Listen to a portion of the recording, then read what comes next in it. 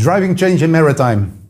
Welcome in the TechPlay podcast. Today I will have a conversation with Elco Oskam, Manager Operations from the pilots in Rotterdam. Looking forward to have a conversation with him.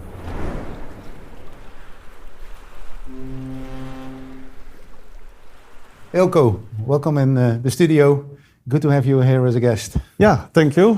Thanks for the invitation. Great to be here. Yeah, I was recalling the first time we met. We actually started working. I learned actually a lot about the pilots and about the port call. This was when we were developing a game for the pilots with the education, with the pilots in education. Correct. To really deep dive in what is a port call, how are the rules, what are the regulations, how is the interaction with the environment. Correct. It was really nice. Are you still using that game? Yeah, we still use this game in training the pilots, getting familiar with all the stakeholders, as you said. How is the process of a port call happening in the port of Rotterdam? That was the basis.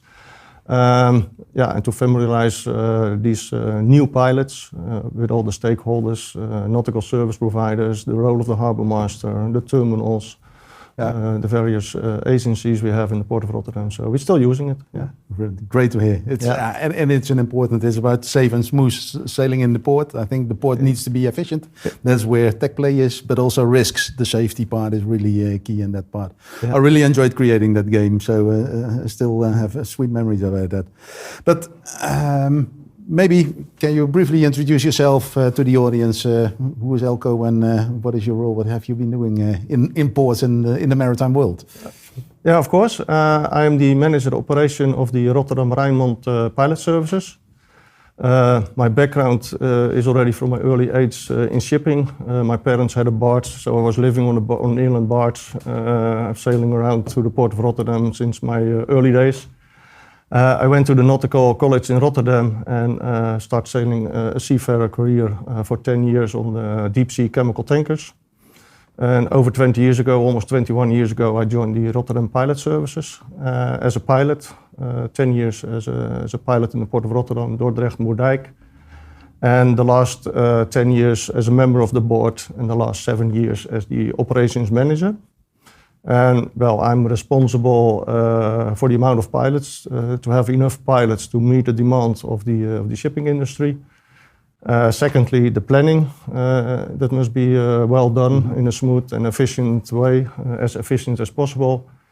And the logistics, to have the transportation of the pilots, to get them on board and disembark them out at sea. These are my 3 main responsibilities at the moment. Wow. The pilot needs to be on board, right? That is the place. For sure, yeah. But you've sailed the world, seen many different ports. Yes. If you look at the port of Rotterdam and at the different port, what are the things that... What is the biggest difference, of course? Yeah, I think the efficiency of the port of Rotterdam, and you learn it also from the captains. They say all is happening at the same time, very smooth. I sailed many times to Rotterdam with the chemical tankers as well. We never had to drop anchor. We always went straight into the first berth, and we had 10, 12 different berths in the port of Rotterdam. It was all well organized, day and night. The nautical service providers were there.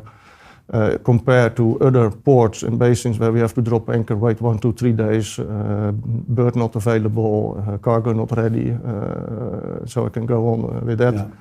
Yeah. Then you realize that we in Rotterdam or Western Europe, it's well organized, and the show must go on 24/7. That's not in all ports in the world. Yeah. The same. Yeah. Well, I think I've picked up a challenge in saying like we're going to expose waste and eliminate risk in the imports. Yeah.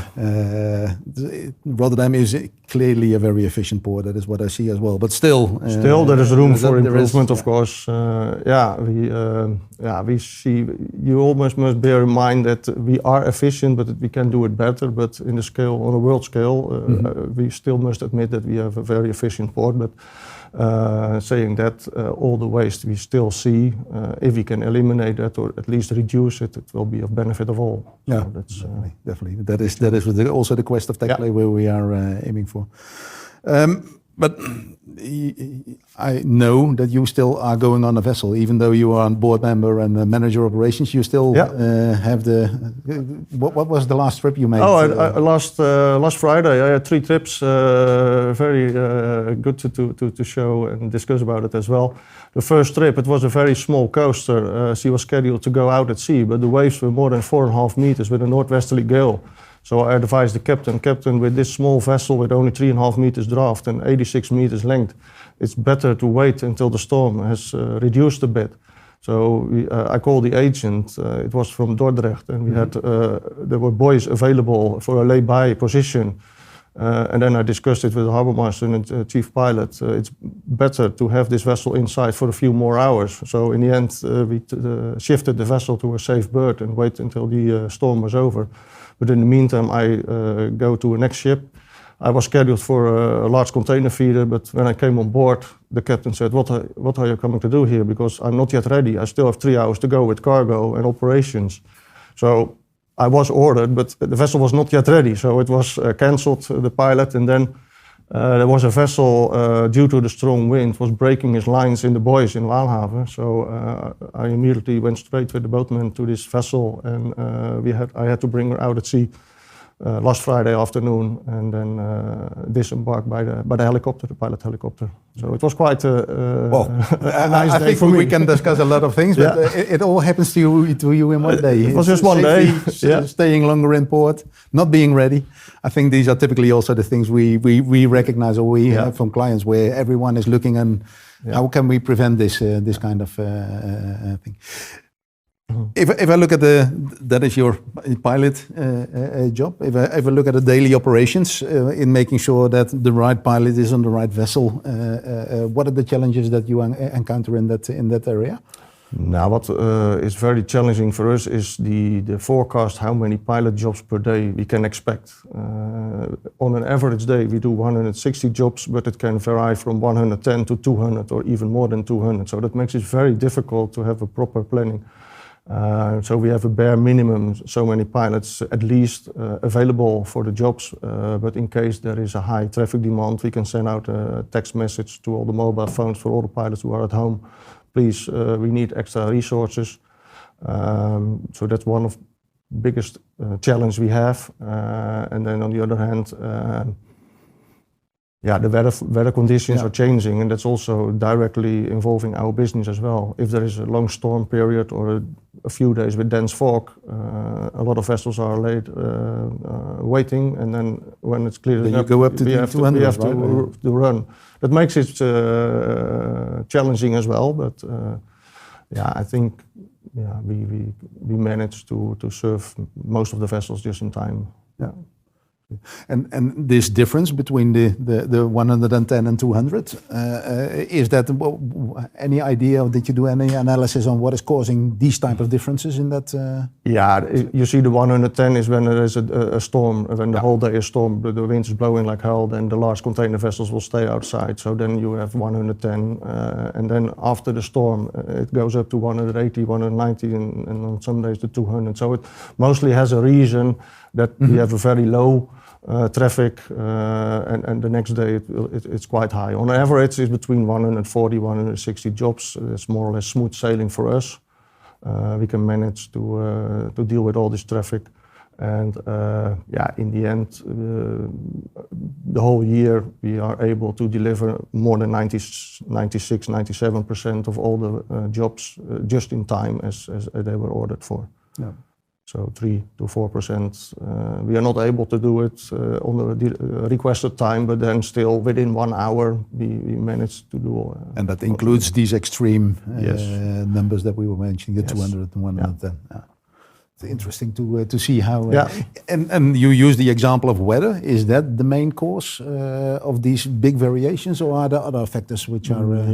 Every day they close the storm surge barrier in the river of Nieuwe Waterweg, so then the traffic to the city of Rotterdam is blocked. So, but we know we can plan on that. There were some construction work on a tunnel in the Nieuwe Waterweg last years.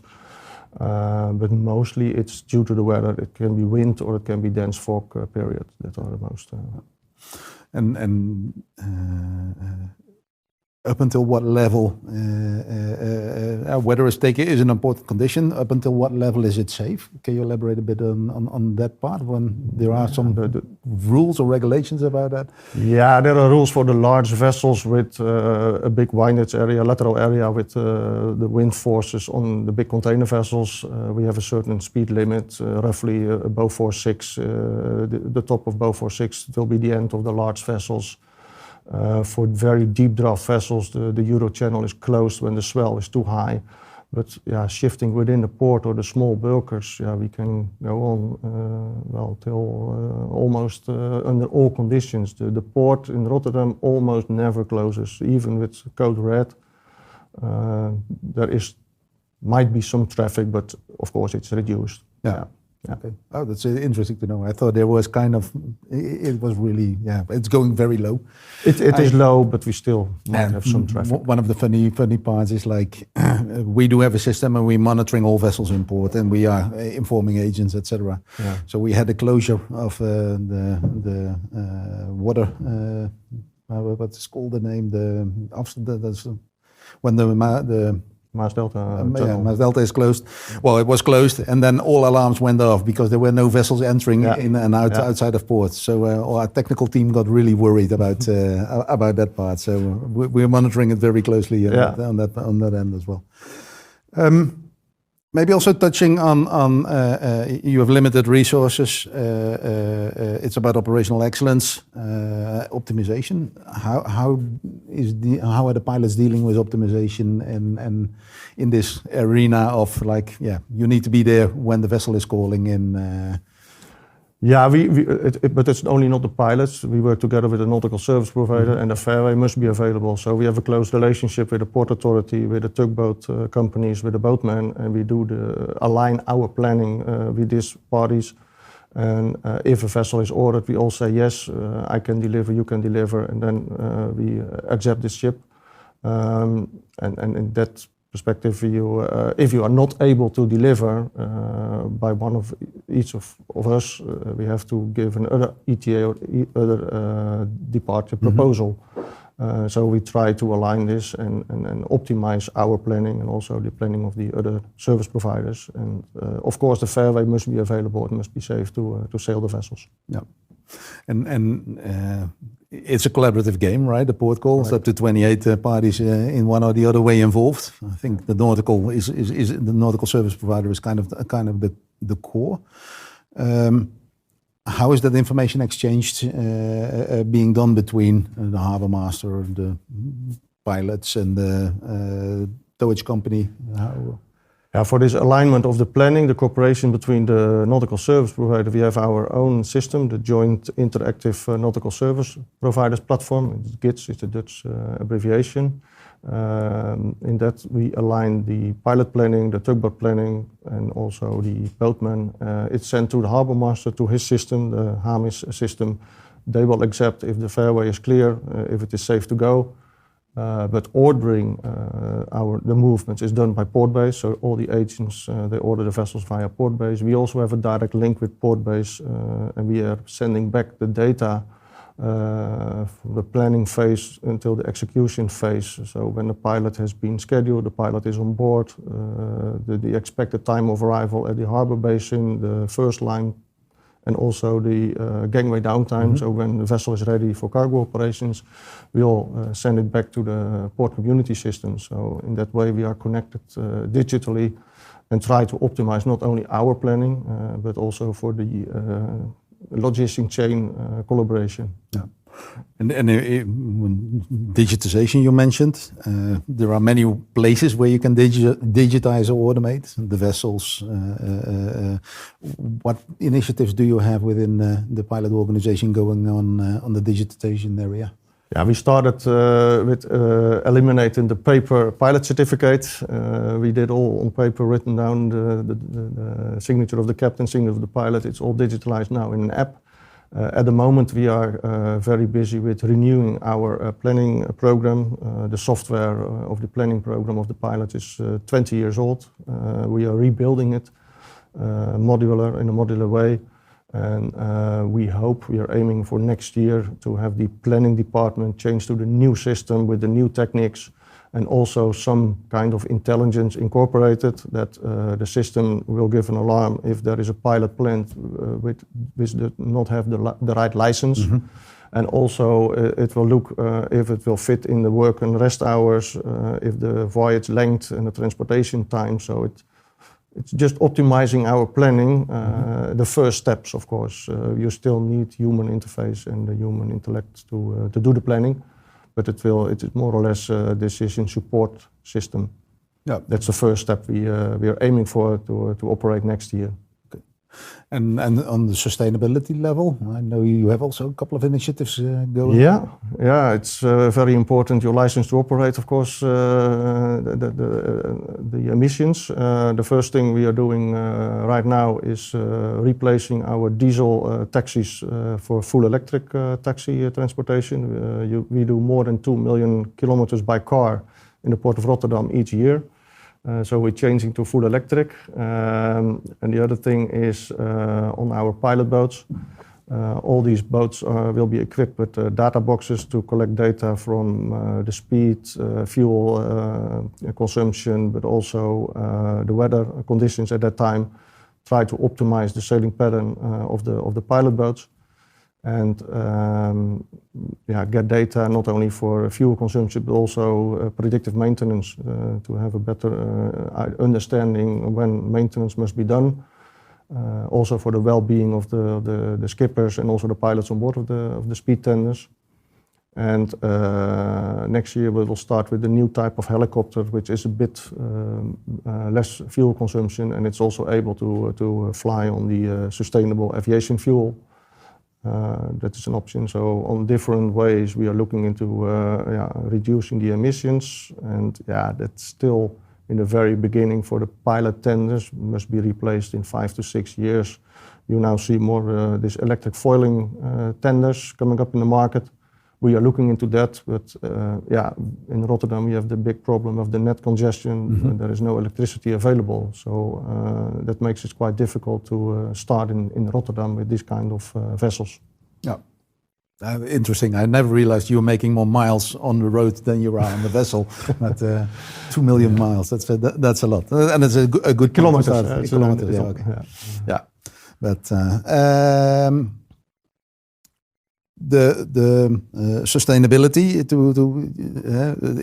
it are small steps. If you look into the future, how do you see what the impact of sustainability will be on the port in total, and will it have influence on your role and the role of the pilots as well?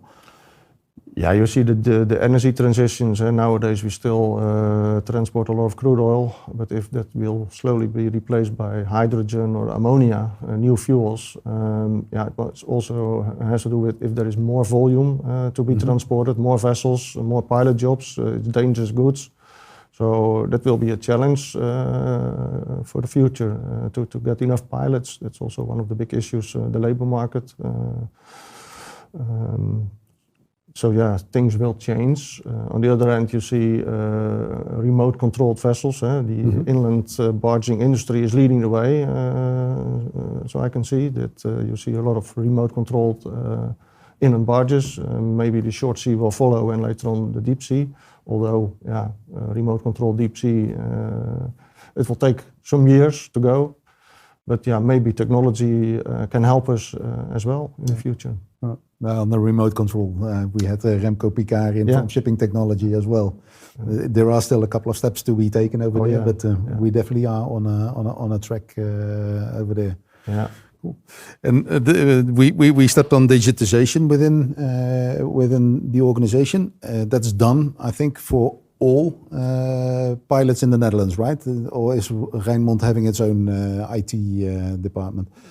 Yeah, Rijnmond and Region North, we have the same system. The Amsterdam and Vlissing, they have another system, but it's all more or less the same features they have and we have. So it's more or less, you can compare that there has been a lot of digitalization within the Netherlands regarding the pilot services and the connectivity with port base and the system in the Schelde River. And we've been talking in a couple of the podcasts a lot about standardization. Then we're talking a lot about standardization of documents, of what is a port call ETA, what is the actual time of arrival. What types of standardization are you seeing in the world of the pilots? Are you involved in these initiatives just in time? And, yes, especially just in time. The port call optimization project, we already supporting it and joining it from the very beginning, many years ago, and we are still actively involved in that as well. The just in time project. Yeah, it starts with the proper definition that we are looking at the same. An ETA is this, ETD is when the vessel is ready to sail, the first line times. It's all standardized now in the Port of Rotterdam. On the other hand, also the look in the queue clearance, the vessel's draft, it's now all converted into LAT measurements in the Port of Rotterdam. So it's also standardization with the international world. So yeah, we have several aspects we are looking at the standardization and being more transparent. And I've been on a couple of trips with the pilots. I think there is one element which is also very important: the maps you're still using to navigate. Yep.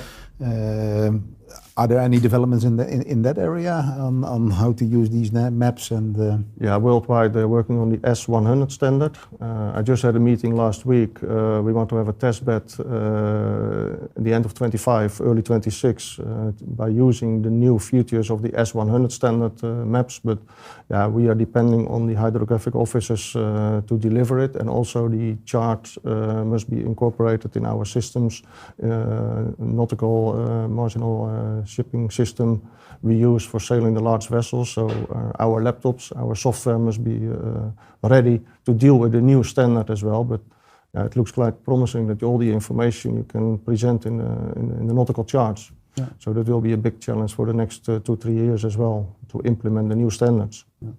It might be good to dive deep a bit deeper on, like, you go on board of this vessel. We just had the examples of what happened last Friday, but I noticed you bring your own laptop. What is on that laptop? How are you using that laptop, and how is it helping you in navigating the vessel in port? Yeah, it's more situational awareness. We have the software system, a navigation system. It's developed with one of our deliverers. And we get the nautical charts directly from the Port Authority, Port of Rotterdam, together from Rijkswaterstaat, with all the depths up to 10 centimeters, so the high bathymetric charts. The water levels are shown, the current is shown all in our small computer. That's real time? Yeah, that's real time. And we also have a connection with the VTS targets. So all the targets which are detected on the VTS via data connection are presented on our screens as well. So even the vessels without AAS you can see on your screen as a pilot. But especially the high density ENCs, bathymetric ENCs, they are much better than the normal ENC, the ACDIS the captains has on board. They are quite rough. So we can go up to the limit with large vessels with maximum draft. Okay, that's cool. That's really interesting. I think the technology has developed since I was on board over there as well. But we just also made a new independent system with a good path prediction. So we have our own sensors we bring on board of the deep draft vessels or the LNG carriers. It has all been renewed, made much better. Using all the satellite systems which are available, from Galileo to GLONASS to GPS. And it has been developed well in-house. Okay, and that is the sensors you're using for your exact positioning? Yeah, exact position, but also the rate of turn, the movements. We can go for centimeters per second for approaching, dock approach, but also the path prediction. It's really very accurate. Yeah. So we are fully independent of the vessel's equipment. Yeah. You need it because you see more and more large container vessels up to the limit with a very deep draft on the wind limits. So you need, in these cases, assistance by very good overview, what's happening. Yeah, and I still can recall, like, you're on this big vessel, and then you've got these text which you do not see, which is also like, how are you actually going to navigate those then? Yeah, it's trust. You have to trust the professional of the tugboat captains, and you know roughly where they are, but it's a close cooperation between the tugboat and the pilots. And in Rotterdam we have a very good collaboration with each other.